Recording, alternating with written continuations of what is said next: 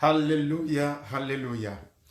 Bien-aimés dans le Seigneur, je vous salue tous au nom précieux de notre Seigneur et Jésus-Christ, notre Seigneur et Sauveur Jésus-Christ. Je suis dans la joie de vous connaître encore une fois si nombreux, en train de suivre la parole de Dieu. Alors, ce que je vous demande tout simplement, réagissez si vous suivez la vidéo et que Dieu vous bénisse. Réagissez et vous allez nous encourager. Et je sais bien que nous serons tous encouragés encore une fois aujourd'hui. De partout où vous nous suivez, je vous aime et je suis dans la joie encore une fois de partager la parole de Dieu avec tous. Alors, sans plus tarder, nous allons lire ensemble dans Hébreux, chapitre 11, le verset 6, et puis le chapitre 10, le verset 35, et nous allons continuer avec d'autres versets, et je vais vous parler d'un sujet très important dont nous allons parler aujourd'hui, qui s'intitule « La révélation progressive de Jésus, Christ comme le rémunérateur de ses serviteurs ». Alors, nous lisons au nom du Seigneur Jésus, Hébreux chapitre 11, verset 6. « Or, sans la foi, il est impossible de lui être agréable, car il faut que ceux qui s'approchent de Dieu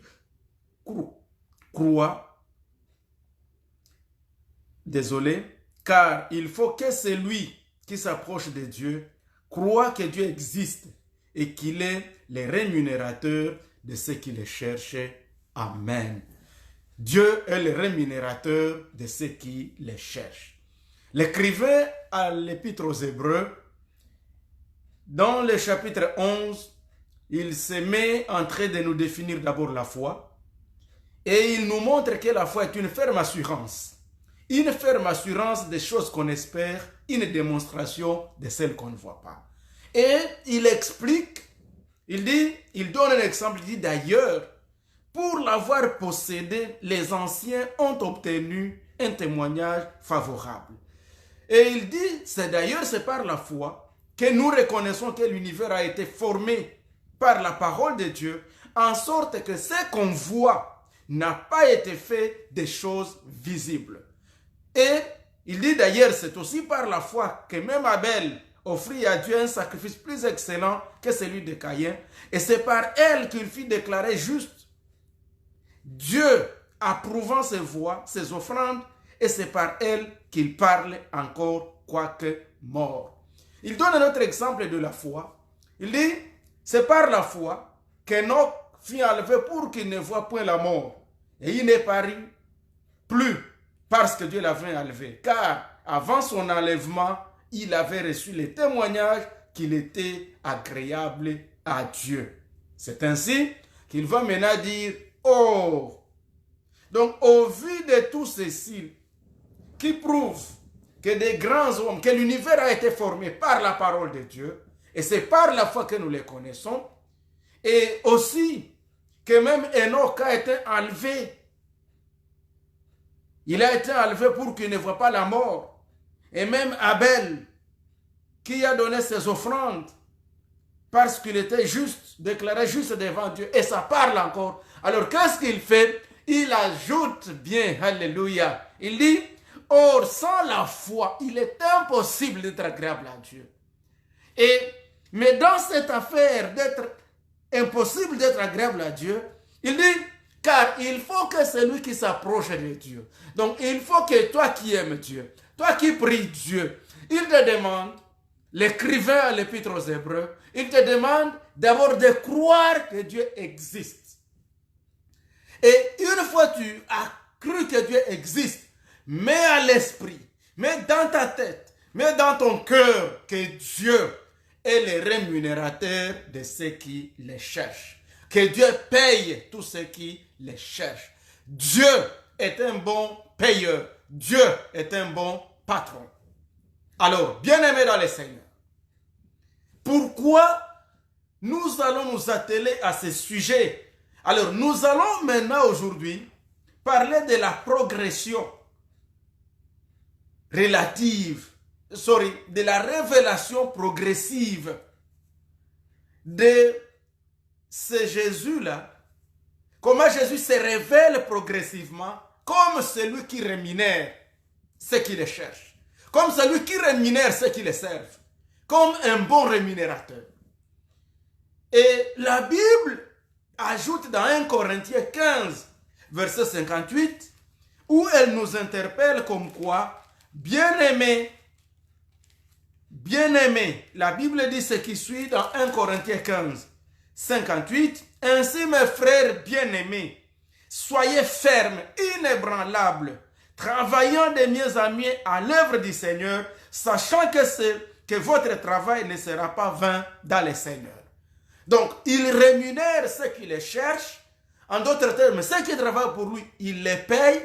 Et il ajoute dans la parole de Dieu, Paul lui dit que bien-aimés, soyons fermes, soyons inébranlables. C'est-à-dire, ne soyons pas comme un roseau baladé par-ci et là, mais plutôt travaillons pour lui, travaillons pour Dieu, car notre travail ne sera pas vain dans le Seigneur. Donc, quand nous servons Dieu, quand nous sommes en train de faire l'œuvre de Dieu, mets à l'esprit que ton travail ne sera pas vain. En d'autres termes, ce que tu fais n'est pas nul. Et dans Hébreux 10, 35, il dit, n'abandonnez donc pas votre assurance. Cette assurance-là, que ton travail ne sera pas vain. Cette assurance-là, cette foi, cette ferme conviction que Dieu paye ceux qui les servent. N'abandonne pas ça. Car à cela est attachée une grande rémunération. Quand nous servons Dieu, il y a une rémunération. Quand nous servons Dieu, il y a un salaire. Et ce salaire est différent du salaire des humains. Alors, comment Jésus-Christ, comme c'est quelqu'un qui est un bon patron, quelqu'un qui paye bien, il confirme sa parole. Dans Hébreux 6, verset 10, d'ailleurs, en commençant même à verset 9, il dit, quoique nous parlions ainsi, bien-aimés, même si nous parlons de ces choses, que la foi est une ferme assurance, et que ceux-là qui croient, qui servent Dieu, ceux qui s'approchent de Dieu, doivent croire qu'il existe et qu'il rémunère, il est le rémunérateur de ceux qui les cherchent. Alors, quoique nous parlions ainsi, que n'abandonnez pas votre assurance, à laquelle est attachée une grande rémunération, quoique nous parlions cela, bien-aimés, nous attendons pour ce qui vous concerne des choses meilleures et favorables au salut. Donc nous attendons que chacun de nous puisse produire des fruits meilleurs pour le salut. Alors verset 10, il dit, pourquoi? Car Dieu n'est pas injuste pour oublier votre travail et l'amour que vous avez montré pour son nom, ayant rendu et rendant encore des services au saints. Que Dieu vous bénisse. Alléluia. Alors, bien-aimés dans le Seigneur, nous allons prier et nous allons recommander la parole du Seigneur entre ses mains. J'ai dit, aujourd'hui nous allons parler de cette révélation progressive de Jésus-Christ comme rémunérateur de ceux qui le cherchent, comme rémunérateur de ses serviteurs. Seigneur notre Dieu, nous disons gloire à toi. Nous te recommandons, ô Père, cette exhortation et cette étude. Père, parle à chacun de nous. Nous savons que tu es le rémunérateur de ceux qui te cherchent. Jésus, révèle-nous cette révélation. Et nous voulons la comprendre d'une manière progressive pour que nous te servions sans embûche et avec tout courage. Au nom du Seigneur Jésus. Amen. Gloire soit rendue à notre Seigneur Jésus-Christ. Alors, pour que Jésus puisse montrer à ses serviteurs, à ses disciples, qu'il est effectivement le rémunérateur, ici nous allons visiter Jésus-Christ dans Matthieu, chapitre 24, chapitre 25 et chapitre 26.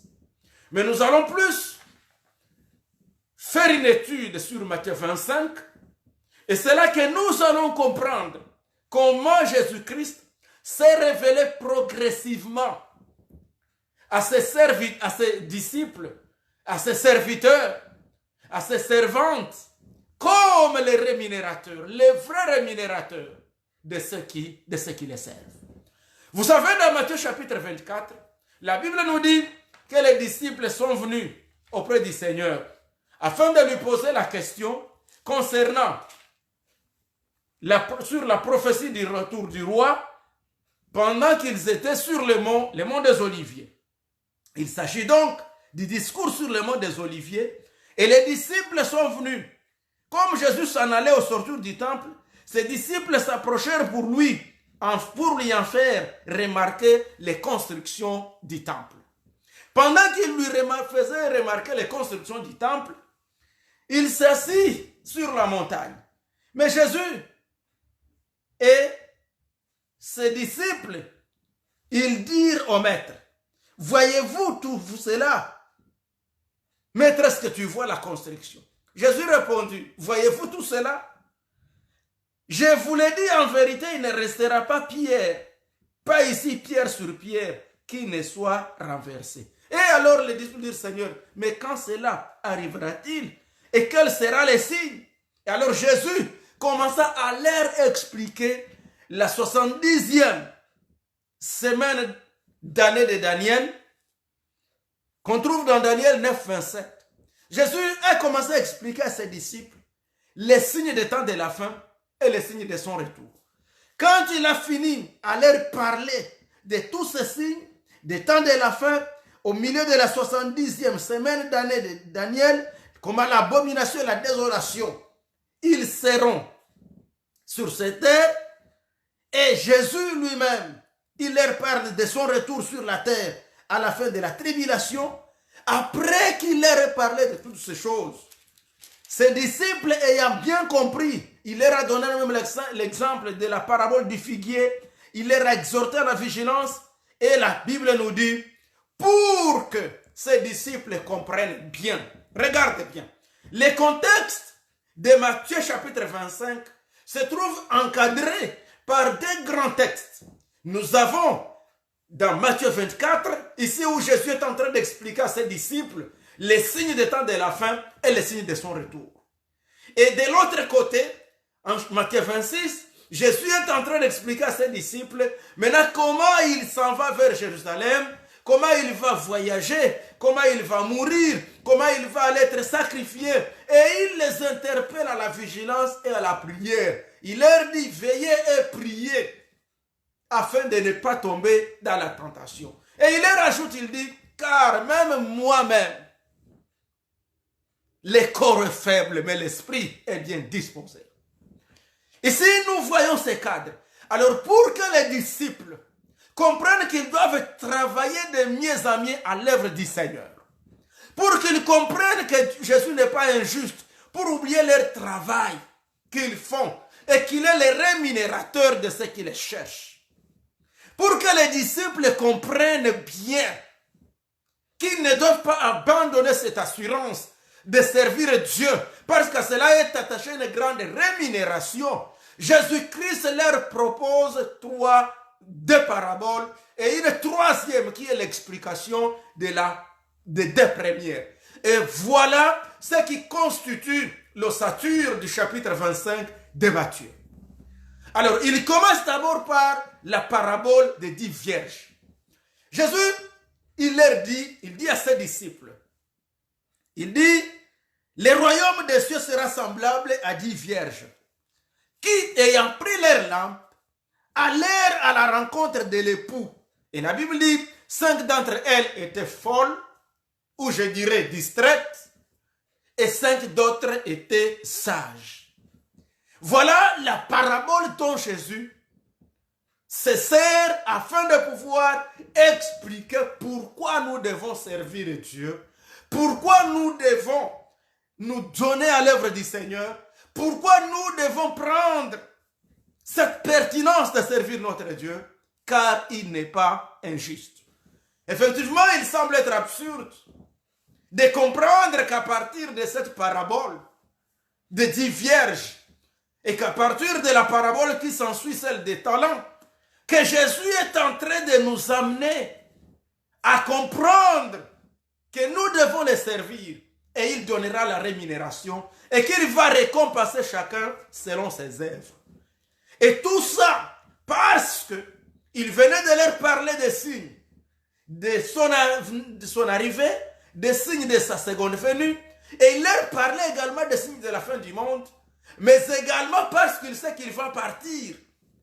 Mais il reviendra. Et lorsqu'il reviendra, c'est alors qu'il viendra afin de récompenser tous ceux qui l'auront servi. De ce fait, pour être bref, j'ai proposé un tableau. Et ce tableau-là, je l'ai subdivisé en 3 colonnes. La première colonne, c'est la parabole des 10 vierges. C'est dans Matthieu chapitre 25 du 1er verset au 13e. Et la deuxième colonne, ça c'est la parabole des talents. Et ici nous sommes dans Matthieu chapitre 25, 14 à 30. Et l'explication de ces 2 paraboles, nous trouvons dans Matthieu chapitre 25, 31 à 46, qui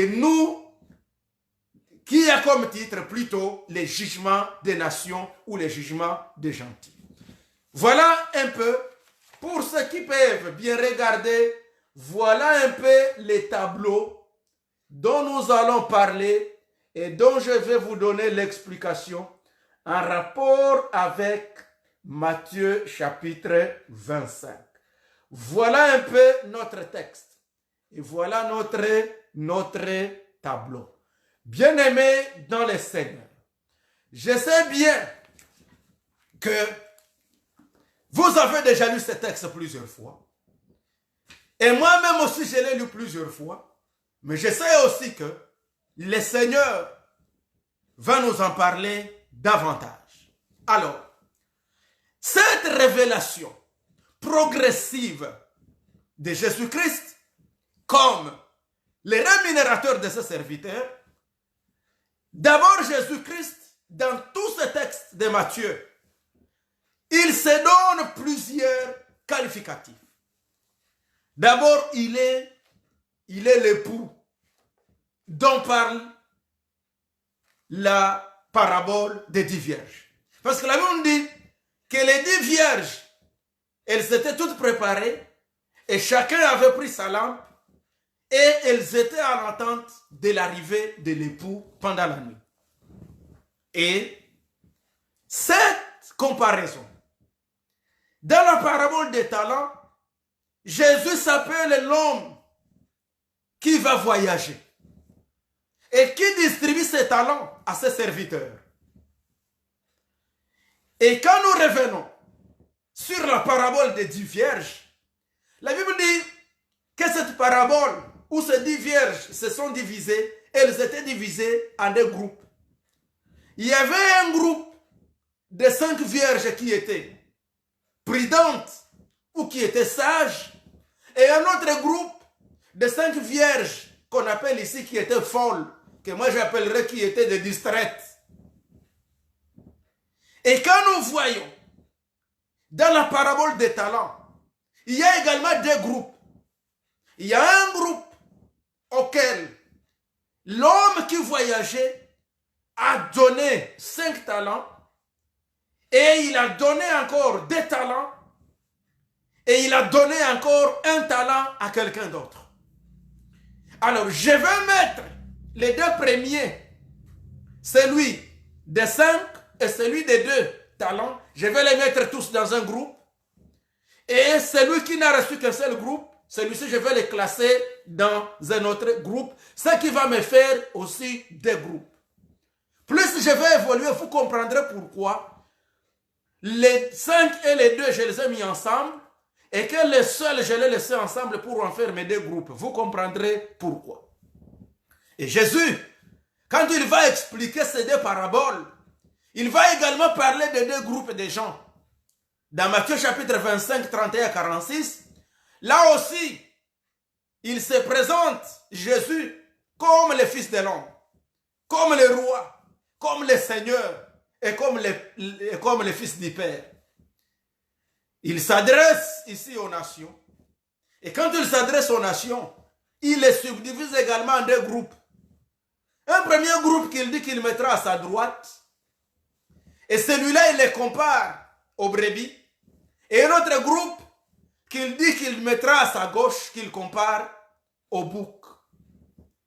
Et voilà que nous sommes en train de nous rendre compte que Matthieu chapitre 25, même s'il y a 3 catégories de textes dont on parle, la parabole des vierges, la parabole des talents, ainsi que le jugement des nations, mais en réalité, Matthieu 25 ne parle que d'un seul sujet. Et ce seul sujet, c'est la révélation progressive de Jésus-Christ comme rémunérateur de ceux qui le servent. Vous comprendrez plus nous avançons la raison de cet enseignement aujourd'hui. Bien-aimés dans le Seigneur, ici, à chacun de ces groupes, à chacun de ces catégories, la Bible dit que chacun avait reçu quelque chose. Chacun avait reçu une certaine possession. Pour la parabole des 10 vierges, ils avaient chacune sa lampe. Donc, les 5 qui étaient folles avaient leur lampe. Et les 5 qui étaient vierges avaient aussi leur lampe. Et dans la parabole des talents aussi, même le premier groupe, chacun avait reçu des talents. Et ici, nous voyons donc que la caractéristique commune de toutes ces 2 paraboles, c'est qu'il y avait une certaine possession. Et alors, ce que j'appelle les talents, ça vient d'où? Ça vient du maître. C'est ce maître ici, cet homme qui est parti en voyage. Cet homme ici qui s'appelle le Fils de l'homme. Cet homme ici qui va s'appeler encore lui-même le Seigneur. C'est lui qui va s'appeler lui-même le maître, le patron de la moisson. C'est lui qui a distribué les talents et c'est lui qui a distribué les lampes à chacun de nous. Que le Seigneur nous aide bien-aimés dans le Seigneur. Alors, les lampes ici représentent quoi? Les talents représentent les lampes et les lampes représentent les talents. Et tout ceci n'est rien d'autre que les capacités que le Seigneur a données à chacun de nous. Ce sont les potentiels qu'il a donnés à chacun de nous. Et quand il a donné à chacun de nous ses capacités, il lui a donné ses potentialités. Et là, vous comprendrez bien aimé dans le Seigneur que parmi les talents, ce sont des capacités que nous naissons avec. Chacun de nous naît avec une certaine compétence. Chacun de nous naît avec une certaine capacité, un potentiel. Il n'y a personne que le Seigneur ait amené sur terre à qui il n'a rien donné.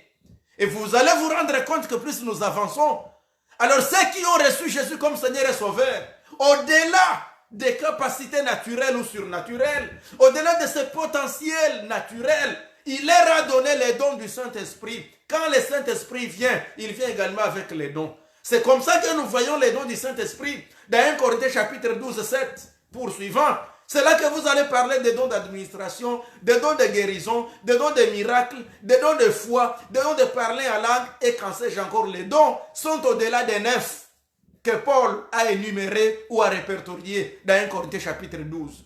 Parce qu'effectivement, il y en a d'autres, où il y a également même les ministères, où il y a également même toutes les capacités que vous avez, et tout ceci ne vient que de Dieu. Que le Seigneur nous aide et nous éclaire davantage. Alors à chacun de nous, il a donné, mais comme il nous a donné, et lui est parti en voyage, n'oubliez pas, bien-aimé dans le Seigneur, cet homme qui est allé en voyage, cet époux qui était en train d'être attendu par les 10 vierges, il reviendra. Il reviendra et il ne tardera pas, il reviendra bientôt. Alors, qu'est-ce qui s'ensuit, bien-aimé dans le Seigneur? Après qu'il ait donné les capacités à chacun, il a pris son voyage, il est parti. En fait, voilà ce que Jésus voulait dire à ses disciples. Dans Matthieu chapitre 24, il leur disait tout simplement, quand vous voyez ce temple que vous venez me présenter, quand vous voyez tout ceci, mettez à l'esprit que moi je vais partir, mais je vais revenir. Et le chemin qu'il devait prendre, il devait aller à Jérusalem, parce que c'est à Jérusalem que Jésus devait être crucifié. C'est là qu'il devait mourir, et c'est là que tout devait s'accomplir. Et après là, c'est à partir de Jérusalem qu'il devait monter au ciel. Mais il n'est pas parti pour du bon, il est parti et il reviendra. Bien-aimé dans le Seigneur, Matthieu chapitre 25 ne parle que du retour de Jésus-Christ pour qu'il puisse être le rémunérateur et le juge de tout cela à qui il a laissé ses talents, à qui il a laissé ses capacités, c'est-à-dire vous et moi. Alléluia. Alors, quand nous poursuivons avec notre texte, nous nous rendons compte que maintenant, comme il est parti, la Bible nous dit que l'époux a traîné. C'est comme les anglophones le disent, the bridegroom delayed. And they were all drowsy and began to sleep. L'époux a traîné. Et même aussi, quand nous voyons même dans la parabole des talents, l'homme qui avait distribué tes talents, il est parti et puis il a traîné. Ce n'est pas autre chose que Jésus-Christ qui était avec ses disciples, qu'ils ont vu monter et qui jusqu'à présent, nous l'entendons, il n'est jamais revenu. Et ça fait que beaucoup de chrétiens, vous et moi, beaucoup de serviteurs, beaucoup de gens, ils se rendent compte que Jésus a traîné. Et même le verset qui dit « Je viens bientôt », cette génération ne passera pas avant que vous ne voyez le Fils de l'homme venir dans sa gloire. Ce verset commence à créer des confusions dans les têtes de beaucoup de gens parce qu'ils se disent « Mais est-ce que c'était vrai qu'il revenait bientôt ou pas ?» Mon frère, ma soeur, la Bible, Dieu, Jésus ne ment jamais, il revient bientôt. Tu sais pourquoi il revient bientôt? C'est parce qu'au fait, ton calcul n'est pas son calcul. Pour lui, 1000 ans sont comme un jour, et un jour sont comme 1000 ans devant lui. En d'autres termes, pendant que nous sommes en 2022, pendant que nous pensons que Jésus a déjà traîné, peut-être pour lui, il n'a que 2 jours depuis qu'il est parti, et il sait qu'il va revenir bientôt. Que Dieu nous aide. Alors, comme Jésus, comme les maîtres, comme les patrons, comme l'époux, comme l'homme qui est parti en voyage, comme il a traîné, il ne vient pas. La Bible nous dit, toutes ces vierges-là se sont endormies. Elles dormirent. Et pendant qu'elles dormaient, bien aimés dans le Seigneur, je vais vous dire quoi? C'est le temps que nous sommes aujourd'hui, où beaucoup de gens dorment. L'Église dort aujourd'hui. Les chrétiens dorment aujourd'hui. Aujourd'hui, chacun n'est qu'à la recherche de l'argent, à la recherche de sa vie, à la recherche de comment vivre mieux. Le monde aujourd'hui, chacun est en train de se battre. Et curieusement, nous sommes endormis et que Dieu nous aide. Bien aimé, ce message est un message de réveil. Réveillons-nous, Jésus revient bientôt. Mes collègues serviteurs de Dieu, réveillons-nous. Réveillons-nous.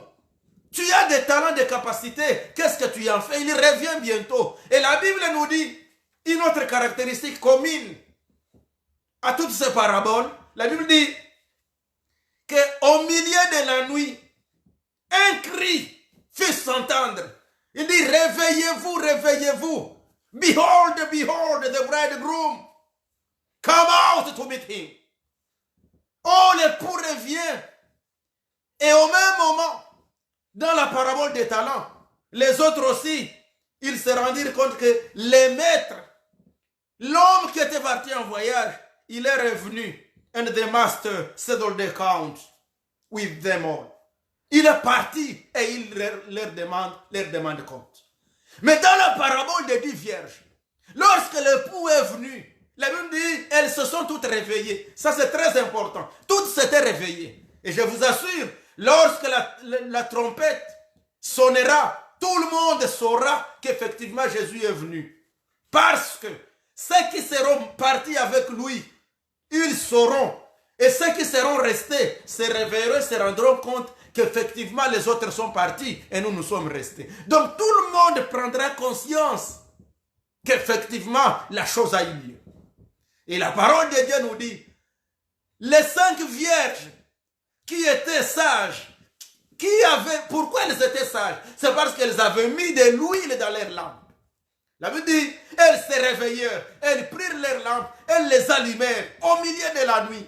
Pourquoi Jésus va revenir au milieu de la nuit selon ce texte? La nuit, ici, la nuit ne signifie pas tout simplement les ténèbres. Ça signifie les moments de distraction, les moments où nous sommes embrouillés dans autre chose. Quand vous regardez aujourd'hui sur les réseaux sociaux, il y a plusieurs histoires qui s'y passent. À telle enseigne que sont rares ceux qui ont le temps de suivre la parole de Dieu. On est tellement distrait dans autre chose. Dans les distractions. Et on oublie la parole de Dieu. Ça s'appelle la distraction, ça s'appelle le sommeil spirituel. Elles s'étaient endormies. Mais celles-là qui avaient leurs lampes se réveillèrent et elles partirent à la rencontre de l'époux. Et la parole de Dieu nous dit, lorsqu'elles ont vu l'époux, elles entrèrent dans la fête avec l'époux et les portes se fermèrent. La porte fut fermée. Pendant que les autres, les 5 qui étaient folles, leur avaient demandé, donnez-nous un peu d'huile. Et leur donner un conseil. Non, allez vous-même chercher auprès des dealers, de ceux-là qui vendent. Et ils vont vous donner pour vous. Elles sont parties. Lorsqu'elles sont revenues, elles ont trouvé la porte était fermée. Elles ont frappé sur la porte. Elles ont frappé sur la porte. Et l'époux qui avait entendu leur dire, sortez de là, je ne vous ai jamais connu. Il dit, mais maître, nous on était juste partis chercher. Il dit, nous, je ne vous ai jamais connu.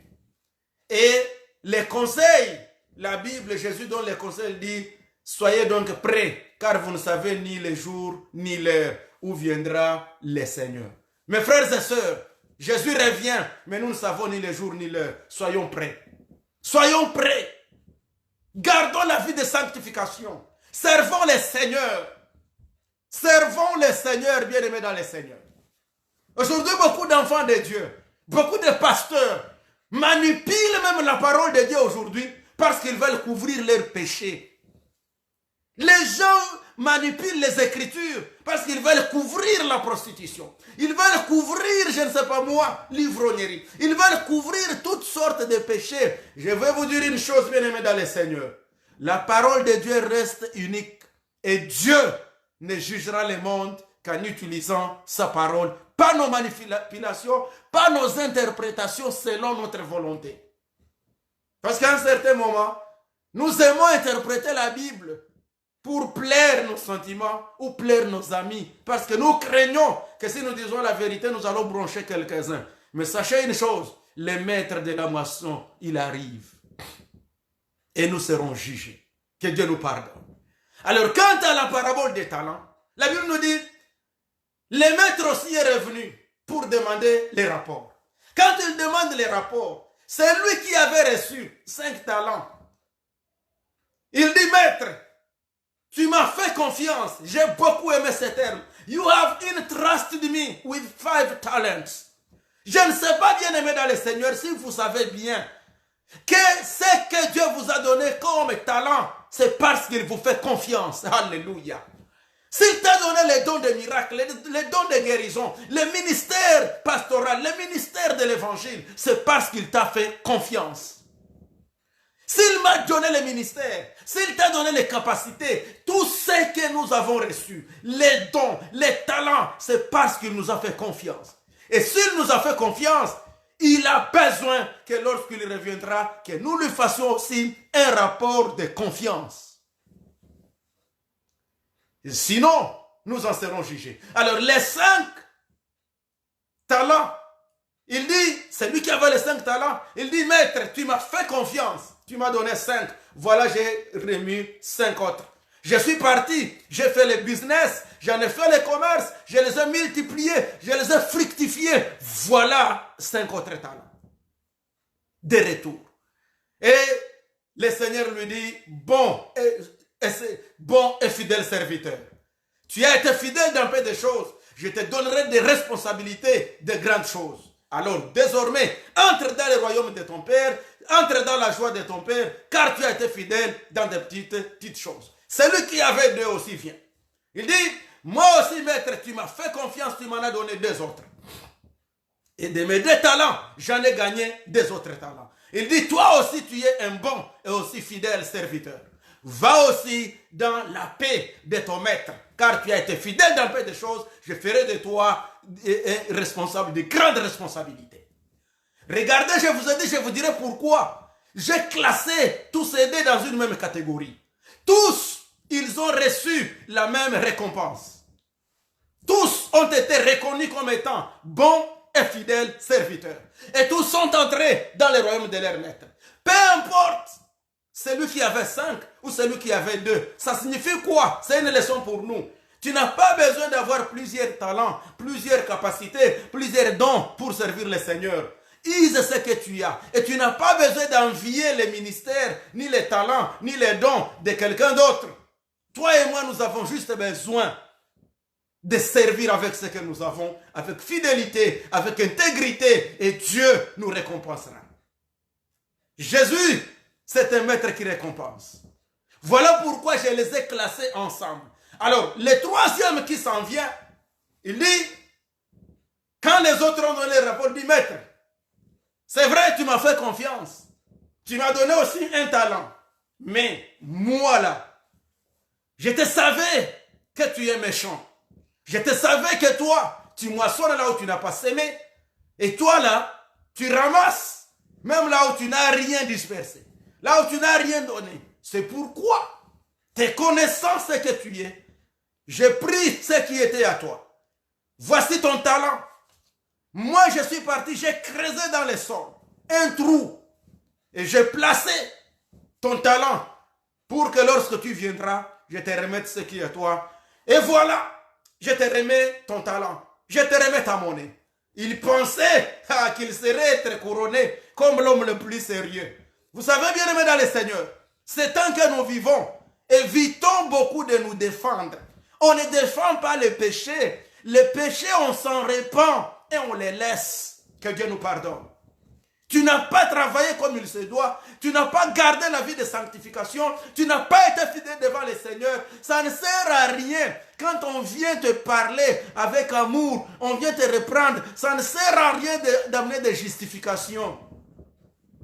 Seigneur, tu sais, j'étais éloigné de ma famille. Seigneur, tu sais les problèmes qui étaient devant moi. Seigneur, tu sais que je n'avais pas d'autre raison de faire. Seigneur, tu sais que j'étais abandonné par tout le monde. Seigneur, tu sais, toutes ces justifications-là. Quand nous amènerons ces justifications, Joseph se tiendra. Elle dira, moi aussi j'étais abandonné de mes frères. Et même la femme de Potiphar s'était jetée sur moi pour me violer, pour que je puisse coucher avec elle. Mais parce que je crains Dieu, j'ai refusé. J'ai même fait la prison parce que je voulais éviter le péché. Qu'est-ce que tu diras quand Joseph te répondra de cette manière? Qu'est-ce que tu diras lorsque Daniel se tiendra? Il dira, j'ai refusé de pouvoir me prosterner devant la statue. J'ai refusé d'adorer la statue parce que je crains Dieu. J'ai même accepté d'être jeté dans la fosse au lion. Et Meshach, Shadrach et Abednego, ils se révéreront, ils diront, nous on a été dans le feu, dans la fournaise au feu. Oh Seigneur, aide-nous. Bien-aimés dans le Seigneur, Jésus-Christ, c'est un juge et il arrive. Il est un bon rémunérateur. Et la Bible dit dans l'Apocalypse, il payera à chacun selon ses œuvres. Nous avons fait de bonnes œuvres, il nous payera. Nous avons fait de mauvaises œuvres, il nous payera. Et la Bible nous dit, il prend sa sentence. Et ici il dit, maintenant toi là, tu savais que j'étais méchant. Tu savais que moi j'ai moissonné où je n'ai pas sémé. Tu savais que moi, j'ai récolté là où je n'ai rien donné. Pourquoi n'as-tu pas pris mon talent, ma monnaie, mon argent? Tu devais ne fût-ce que l'amener au banquier. Et là, les banquiers allaient le fructifier. Et enfin, j'aurais ce qui serait ma part.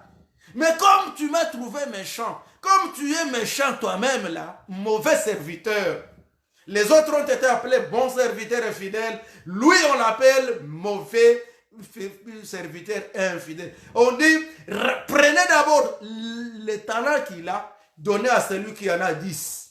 Parce que on donnera à celui qui a pour qu'il soit en abondance.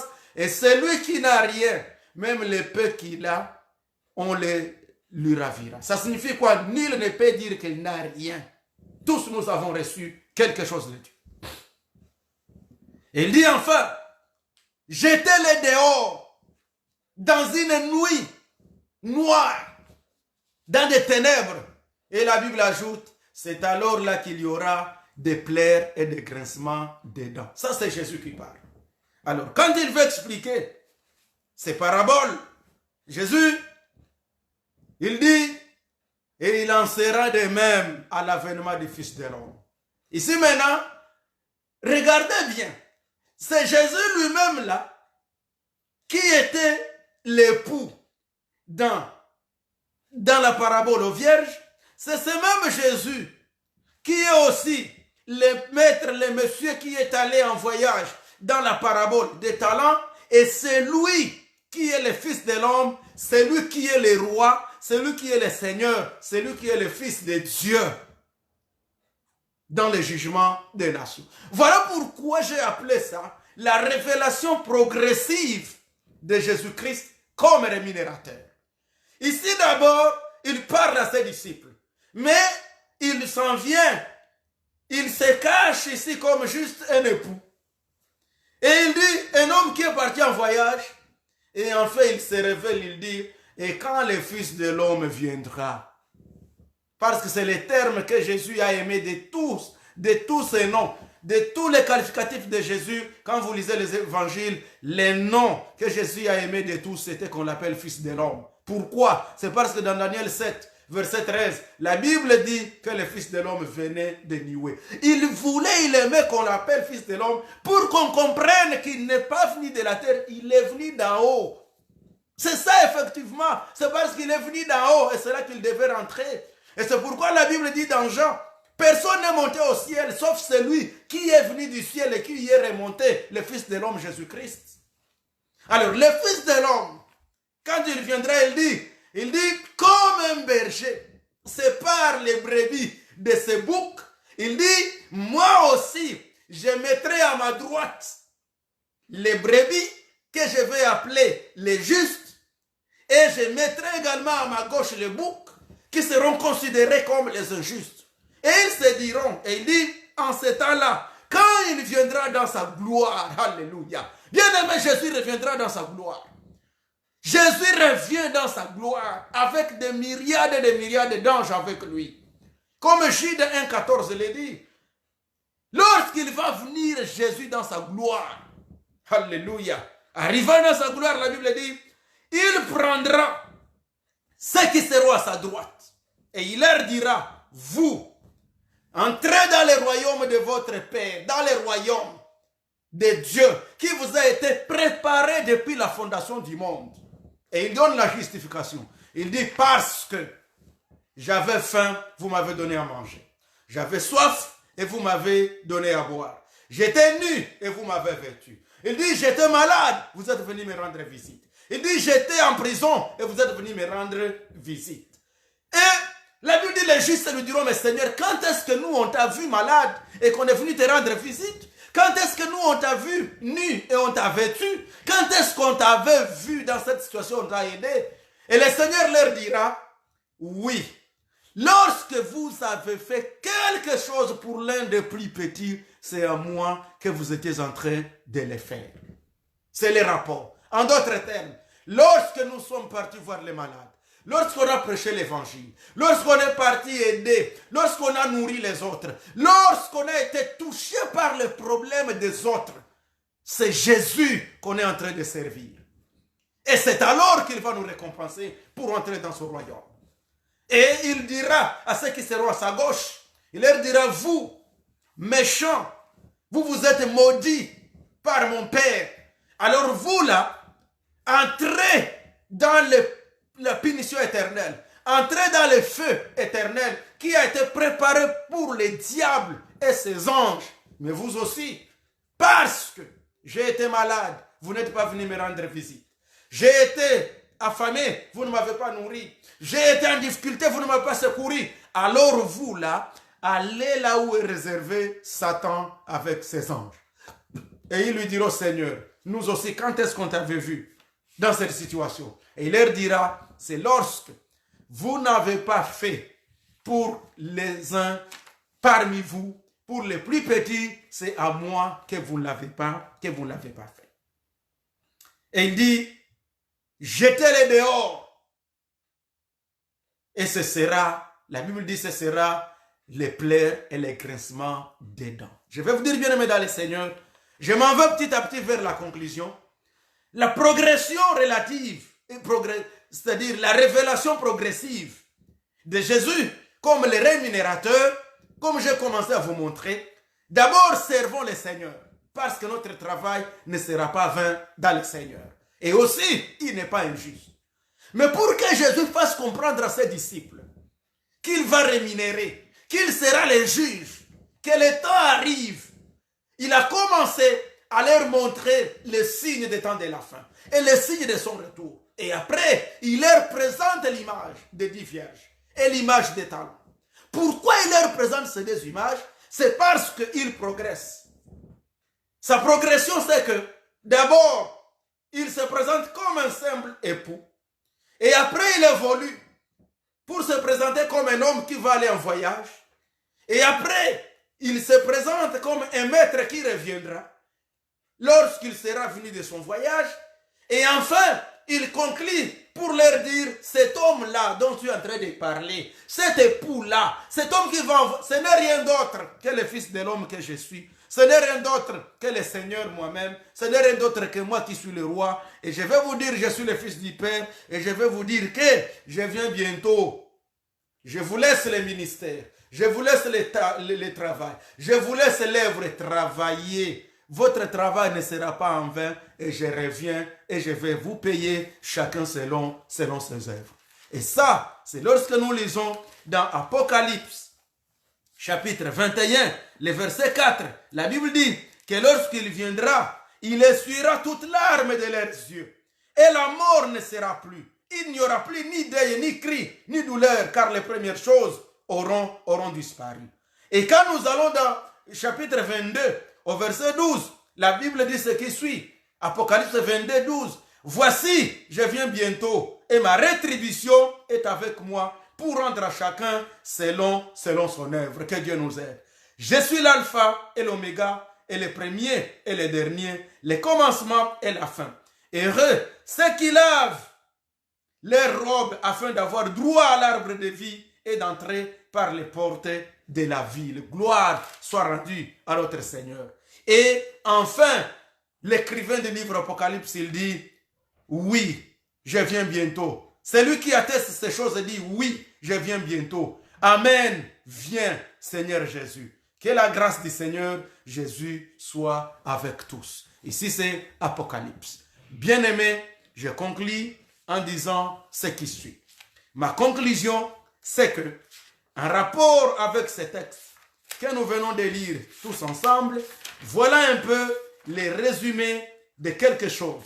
C'est que, je venais de dire l'époux, c'est Jésus-Christ lui-même. C'est lui l'homme qui est allé en voyage. Les 10 vierges représentent les serviteurs et représentent toutes les nations. Les 10 vierges, on a vu que c'était des groupes. Ça montre que même jusqu'à aujourd'hui, nous sommes en des groupes. Il y a un groupe qui a reçu les talents et qui les fait fructifier, et un autre groupe qui a abandonné les ministères. Bien-aimé dans le Seigneur, chacun recevra la récompense selon son œuvre. Et la quatrième leçon, c'est que cet homme-là, Jésus lui-même, qui a commencé par se présenter comme un simple époux, comme un simple homme, il finit par se présenter comme le roi des rois, comme celui qui a donné tous les talents, toutes les capacités à chacun de nous. Oui, c'est vrai qu'il semble être en retard. Il semble que ça traîne, mais qu'à cela ne tienne, il revient bientôt. Parce que dans 2 Pierre 3, 9, il dit que ceux qui croient qu'il tarde à venir, et pourtant il tarde à venir parce qu'il ne veut qu'aucun de nous se perde, mais que tous arrivent à la repentance. Et sixièmement, il reviendra à minuit. Et il reviendra au milieu de la nuit, le moment où l'on s'y attend les moins. Et la Bible dit, dans Matthieu 24, lorsqu'on sera en train de dire la paix, la paix, la paix, la paix partout au monde, c'est alors qu'il viendra comme un voleur qui vient dans la nuit. Pendant que le maître de la maison dort, le voleur vient et il détruit la maison. Jésus-Christ, il revient les jours que tu ne t'y attends pas, l'heure que tu ne t'y attends pas. Mais toi et moi, soyons prêts, car il revient bientôt. Ainsi donc, bien-aimés dans le Seigneur, lorsqu'il reviendra, il nous demandera compte. Nous rendrons compte, chacun de ce qu'il a fait. Qu'est-ce que tu as fait des talents que tu as? Qu'est-ce que tu as fait des ministères? Qu'est-ce que tu as fait des capacités que tu as? Qu'est-ce que tu as fait de tout ce qu'il a fait de toi? Il y en a qui font semblant de servir Dieu, mais dans la malhonnêteté. Il y en a qui font semblant d'utiliser leurs talents, mais dans la magouille. Tout cela, c'est nul devant le Seigneur.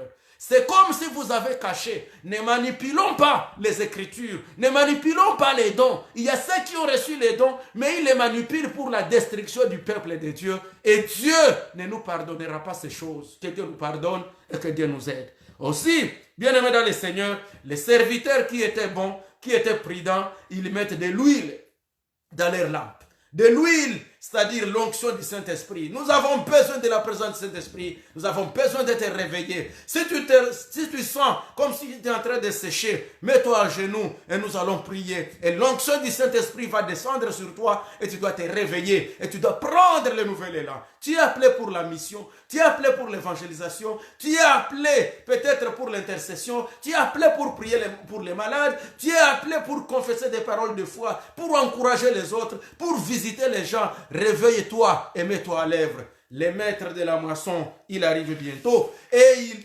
va rémunérer. C'est ainsi que ceux qui seront à sa droite, il les appelle bénis, bénis de son Père. Alors que ceux qui seront à sa gauche, il les appelle maudits et il les jettera dans la géhenne, le feu éternel. C'est que je ne te souhaite pas. Enfin, soyons bien-aimés dans le Seigneur à l'alerte. Soyons prêts. Il revient, il revient, il revient, il revient, il revient bientôt.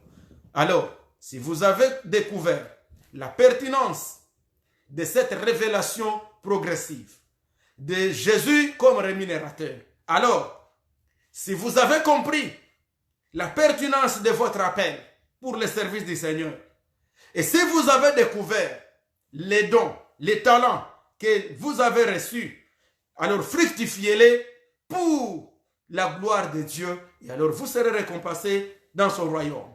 Enfin, ceux-là qui ont été appelés pour la mission, bien-aimés, faisons la mission. Ceux qui ont été appelés pour n'importe quel travail, allons-y et Dieu nous bénira. Ceux qui ont été appelés pour ceci ou cela, allons-y, allons-y, allons-y. Jésus revient et il revient bientôt pour rendre à chacun selon ses œuvres. Que Dieu vous bénisse. Je vous aime, Pasteur Moine. Oh, tendre et glorieux Dieu, je te rends gloire. Merci pour ce temps. Merci pour la révélation progressive, Seigneur, que tu nous donnes. Tu nous révèles que tu es le Maître. Tu es l'époux.